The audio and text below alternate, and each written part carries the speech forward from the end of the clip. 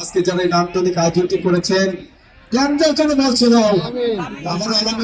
অত্যন্ত গতিময় ফুটবলার যুবরাজ একেবারে তারকা ঠিকভাবে রাখতে পারলেন না, হাত ক্লিয়ার করেছেন।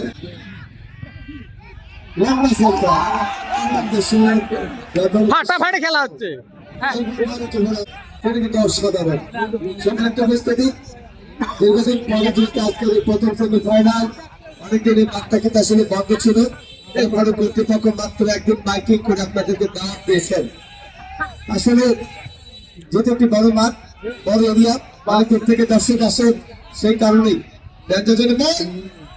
সানি সেটা আসছিলেন ওমর সানি, বাংলাদেশ চলচ্চিত্রের খলনায়ক ওমর সানি অংশগ্রহণ করবে উত্তর জনপদের আলোকিত দল দাউদপুর ফুটবল একাডেমি দিনাজপুর, সপ্ত প্রতিপক্ষ মাটিকাটা ফুটবল একাডেমি চাপাই নবাবগঞ্জ।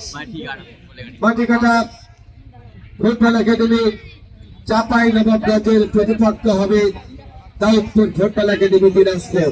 তন্ময় চমৎকার বাড়িয়েছিলেন শুভ তার নম্বর যাচ্ছেদের খেলোয়াড় নিজেদেরকে তারা কিন্তু যেভাবে মেলে ধরবার চেষ্টা করে যাচ্ছে। আমরা আলামী চমৎকার বাড়িয়েছেন সলমানকে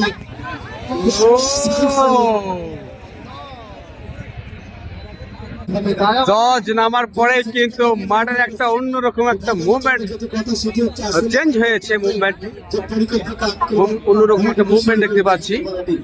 আমাদের গ্রামের উপর সিরাজগঞ্জের শাহিন ভাই দর্শক ফিরে আসছেন, আমাদের বগুড়া থেকে তাহের শিশু ফুটবলার মেট্টু এবং আমাদের আমার খুবই এলাকা থেকে সে বিপ্লব চলে ভাই তিনি আসছেন খেলা মাঠে।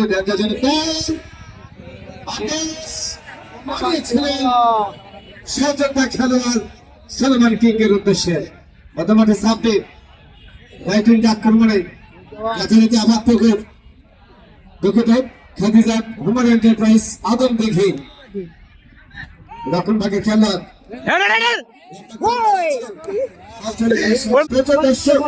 আজকের খেলাটি যারা উপভোগ করছেন আপনাদের বলেছিলাম বিদেশে খেলা থাকবে আগামী মঙ্গলবার এই ম্যাচে উত্তর জনপদের সবচেয়ে আলোকিত দল সে হাজী সাহেবের টিম জয় স্পোর্টিং ক্লাব বীরগঞ্জের প্রতিপক্ষ হবে যথারীতি